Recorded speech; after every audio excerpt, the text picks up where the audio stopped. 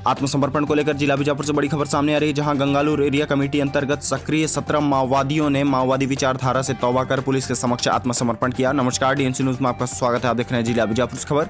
आत्मसमर्पण करने वाले में 24 लाख रुपए के इनामी 9 माओवादी सहित कुल 17 माओवादी शामिल रहे हैं। समर्पण करने वाले माओवादियों में Gangalur area committee DVCM Dinesh Modiyam ने एसीएम पत्नी के साथ किया पुलिस के समक्ष आत्मसमर्पण। जिला बीजापुर में नवीन सुरक्षा कैंप की स्थापना, पुलिस के बढ़ते दबाव, माओवादी संगठन हो रहे लगातार नुकसान के चलते माओवादी संगठन में डीवीसीएम स्तर के माओवादी के साथ अन्य इनामी माओवादी ने पुलिस के समक्ष आत्मसमर्पण किया। आप देख रहे हैं डीएनसी न्यूज, हमारे ब्यूरो चीफ सिरोज विश्वकर्मा की रिपोर्ट। नक्सलवाद उन्मूलन नीति के तहत पुनर्वास नीति है, उसके तहत आज बीजापुर जिले में गंगलूर एरिया कमेटी के 17 माओवादियों ने आत्मसमर्पण किया है, जिसमें एक महत्वपूर्ण नाम दिनेश मोडियाम का है। दिनेश मोडियाम गंगलूर एरिया कमेटी का अध्यक्ष है, जो पिछले 20 वर्षों से संगठन में लगातार कार्यरत था और पिछले 5-6 वर्षों से वो गंगलूर एरिया कमेटी का अध्यक्ष भी रहा है। उसके नेतृत्व में गंगलूर एरिया कमेटी में लगातार रिक्रूटमेंट से लेकर कई सारी नक्सल की गतिविधियां चली हैं। जैसे कि आपको जानकारी है कि Gangalur area committee west Bastar division में कहा जाए या फिर पूरे दंडकारण्य स्पेशल जोनल कमेटी में कहा जाए, सबसे मजबूत एरिया कमेटी है, जहां सबसे ज़्यादा रिक्रूटमेंट और जिसमें जनताना सरकार सबसे ज़्यादा वहां हावी है।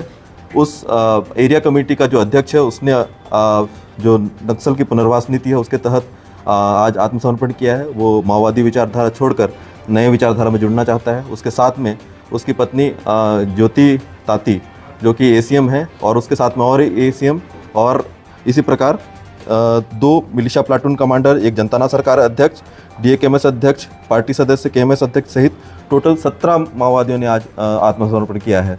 उनका जो आत्मसमर्पण करने का जो मुख्य कारण था, वो माओवादी विचारधारा से क्षुब्ध थे। इसके अलावा दिनेश के बताए अनुसार कि जो रिक्रूटमेंट होता है, जो शुरू में जो निर्दोष ग्रामीण आदिवासियों को जो रिक्रूटमेंट किया जाता है, उनको बहला फुसला कर किया जाता है और उसके बाद में ये बताया जाता है कि जंगल जंगल ज़मीन के नाम पे हमें लड़ाई करना है, हिंसा करना है। और जब उसकी ये आंखें खुली कि जो लड़ाई है, ये तो बस किसी के स्वार्थ के लिए किया जा रहा है, जो ऊपर के लोग हैं, जो नक्सल संगठन में ऊपर के लोग हैं, अपना स्वार्थ सिद्ध करने के लिए मासूम आदिवासियों को अपने जाल में फंसाते हैं और उसके बाद ये जो कार्य कराते हैं, उस विचारधारा से क्षुब्ध होकर, और जब ये पता चला कि ये विचारधारा बिल्कुल गलत है, उस विचारधारा से क्षुब्ध होकर वो फिर मुख्य धारा से जुड़ना चाहता है। इसमें दिनेश ने माननीय गृह मंत्री अमित शाह जी का, विष्णुदेव सरकार एवं माननीय गृह मंत्री विजय शर्मा के अलावा पुलिस के वरिष्ठ अधिकारियों और जिला बीजापुर को भी और सीआरपीएफ के सभी को उसने धन्यवाद ज्ञापित किया है कि उनके जो ये नक्सल पुनर्वास की नीति है, उसके तहत वो आत्मसमर्पण करने में सक्षम हुआ है। इस आत्मसमर्पण में CRPF, Bijapur police, cobra, STF, DRG सभी का एक महत्वपूर्ण योगदान था। एक महत्वपूर्ण माहौल क्रिएट हुआ, जिसके कारण से ये आत्मसमर्पण संभव हो पाया है। धन्यवाद। मैं खुद इस पत्र को लिखा हूँ मेरे दिल के साथ और मेरा विचार के साथ। मेरा नाम दिनेश मोडियाम है। मैं गंगालूर एरिया कमेटी का इंचार्ज हूँ, पश्चिम बस्तर डिवीज़न कमेटी का मेंबर हूँ। मैं 20 साल तक मैं माओवादी संगठन में रहकर काम किया हूँ। इसमें मैं रहकर कुछ सोचा हूँ भी, आदिवासियों के हित के लिए लड़ रहा हूँ करके, लेकिन इसमें कुछ अलग है विचारधारा। इसलिए ये बड़े लीडर लोग, मेरे भोले भाले आदिवासी युवतियों को धबा कुचला कर भर्ती करवाया जा रहा है। इसमें जल जंगल जमीन के नारों से प्रेरित करके आदिवासियों को ही भड़का रहे हैं इसमें, और इसी आदिवासियों के साथ हिंसा करवा रहे हैं। ये माओवादी सबसे बड़े धोखेबाजी है, अमानवीय विचारधारा के साथ है और इस जल जंगल जमीन पर आदिवासियों का शोषण करते हुए हकीकत में मैं देखा हूँ भी, हकीकत मेरे सामने वो कर रहा भी है कि आदिवासियों का रोजी रोटी को छीना जा रहा है। उन्हें बड़े बड़े ठेकेदारों से उनका मतलब है उनसे वसूलना और उसका वसूल के पैसा उनके हिसाब से खर्च करना है।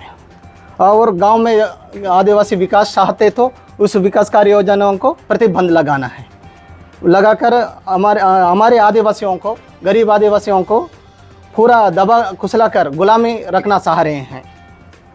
अगर कोई विरोध करते तो उसको मुखबिरी बताकर, शुक्ली नेटवर्क बताकर उसका पूरा अमानवीय तरीके से हत्या किया जाता है और बड़े लीडर लोग उसका ऐश करते हैं। ऐसा जबकि हमारे छोटे कार्यकर्ताओं को भूखे पेट से मरे और बीमार से मौत हो जाते हैं। और यही मैं चाहता हूँ कि इस इंचा की रास्ता ठीक नहीं है। और आज हमारे जो माननीय मुख्यमंत्री जी, माननीय केंद्र गृह मंत्री अमित शाह जी और माननीय विष्णुदेव साय जी, जो आज के जो हमारे आदिवासियों को और ये नक्सलिज्म से इंचा का रास्ता छोड़ने का जो निर्णय लिया है बीजापुर जिला रेंज के आईजी, डीआईजी, एसपी के द्वारा आज माओवादियों को खत्म करने का जो कार्य योजना बनाकर प्रतिबद्ध तरीके से उसका जो माओवादियों को खत्म करने का जो संकल्प लिए हैं वो बहुत अच्छा है। इस माओवादियों को जड़ से मिटाने से हमारे क्षेत्र और जिला और बस्तर पूरे राज्य अच्छी तरह शांत जिंदगी स्वस्थ रहेगा।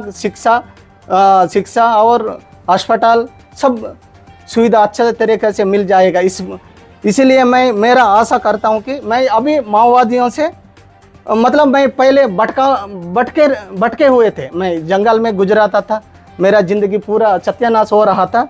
मैंने आज माओवादी अंधेरे से बाहर होकर मैं आज मतलब मैं अच्छी ज़िंदगी जीवन यापन करने के लिए मेरे को जो मैं सरकार और सुरक्षा बलों, IG, DIG, SP, Chhattisgarh police बलों को सभी को मैं धन्यवाद करता हूँ। मैं पुनर्जीव हूँ, मतलब मेरे को इतना मौका दिया है जीने के लिए। इसलिए मैं माओवादी में अभी जो कार्यरत है पुराने कैडरों को और सदस्यों को, डीसी हो, एडजेसी हो, सीसी हो, जो भी हो, तुम इंचा का रास्ता छोड़ो, इस झूठे आंदोलन का हिस्सा मत बनो। सरकारी पुनर्वास नीति का जो लाभ लेने के लिए तुम जंगल से बाहर आओ, समान जिंदगी जीने के लिए तो यहाँ आत्मसमर्पण करें। जो केंद्र सरकार और राज्य सरकार, जिला सरकार जो अभी मौका दे रहे हैं, पुलिस प्रशासन भी उसका लाभ लेने के लिए आकर पुनर्वास नीति के अंतर्गत तुम जीने के लिए यहाँ आ जाइए। इस जंगल से बाहर निकलो, इंचा का रास्ता छोड़ो, मेरा यही कहना है।